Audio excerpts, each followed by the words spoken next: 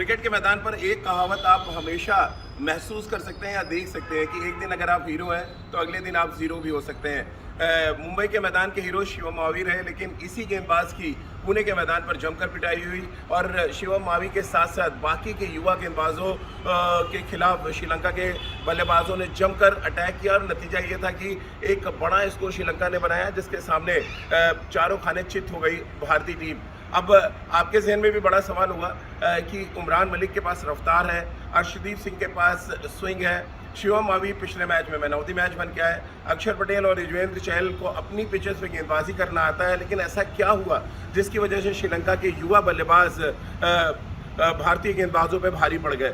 सबसे बड़ी गलती जो इस मैच में थी वो अर्शदीप सिंह की गलती थी।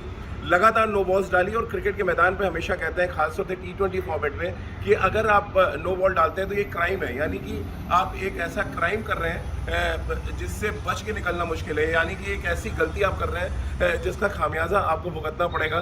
और कुछ वैसे ही हुआ। अर्शदीप सिंह के 2 ओवर में 37 रन पड़े हैं, शिवम मावी के 4 ओवर में 58 रन, आप अंदाज़ा लगा सकते हैं। कुछ वैसे ही हाल अगर हम बात करें तो उमरान मलिक का था, जिनको रन्स भी पड़े लेकिन उन्होंने 3 विकेट निकाले। लेकिन अंत में श्रीलंका अगर 200 से ऊपर का स्कोर बना रही है तो एक बात तो साफ है कि आप विकेट के दोनों तरफ गेंदबाजी कर रहे हैं, आप अकॉर्डिंग टू द प्लान गेंदबाजी नहीं कर पा रहे। और इसी वजह से अगर आप देखें दोनों ही मैचेस में श्रीलंका, एक पहला मैच अगर आप देखें बहुत क्लोज पहुंच गई भारतीय टीम के, वहीं दूसरे मैच की अगर हम बात करें तो इतना बड़ा स्कोर उन्होंने बना दिया जहाँ से वापसी करना भारतीय टीम के लिए बहुत मुश्किल था।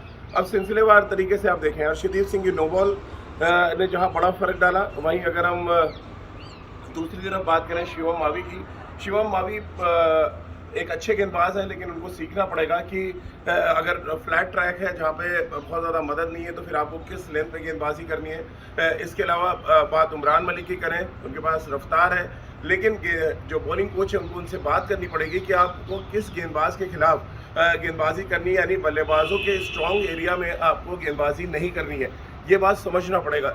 अक्षर पटेल एकमात्र ऐसे गेंदबाज थे जिन्होंने बड़ा इम्पैक्ट डाला पुणे के मैदान पर।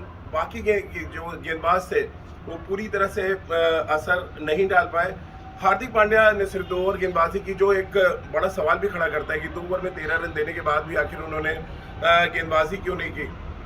और जब आप पहले गेंदबाजी कर रहे हैं तो फिर कप्तानी भी आपकी एक बड़ी चुनौती होती है, यानी कप्तानी पर भी सबकी नजरें टिकी होती हैं। और ऐसे में अगर हार्दिक पांड्या अपने बॉलर्स का चेंज अच्छा नहीं कर रहे हैं या खुद का इस्तेमाल ठीक नहीं कर रहे हैं तो फिर ये बात भी उनको सीखनी पड़ेगी, क्योंकि अभी युवा कप्तान है। साल 2023 में पहली बार उनको फुल फ्लैश कैप्टन बनाया गया है और इस कप्तान से बहुत ज़्यादा उम्मीदें की जा रही है कि T20 फॉर्मेट में ये कप्तान जो है भारतीय टीम को ICC टूर्नामेंट्स जिता के दिखाएगा। लेकिन बड़ा सवाल यही है कि एक मैच में अच्छा करना, 2 मैच में ख़राब करना, गेंदबाजों का लगातार रन लुटाना, बल्लेबाज अगर टॉप ऑर्डर के हैं वो रन नहीं बना पा रहे हैं तो फिर थोड़ी सी चिंता होती है। लेकिन कुल मिलाकर 2 मैचेस जो अभी साल के पहले 2 मैचेस हुए हैं, हमारे गेंदबाज अप टू द मार्क नहीं थे। शिवम मावी को मैन ऑफ द मैच जरूर चुना गया, पर उनकी लेंथ अभी भी सवालों के घेरे में है और उनकी लेंथ पे अपने काम करने की ज़रूरत है। उमरान मलिक विकेट की दोनों साइड में गेंदबाजी करते हैं और बैट्समैन के स्ट्रॉन्ग एरियाज़ में अगर आप गेंदबाजी करेंगे,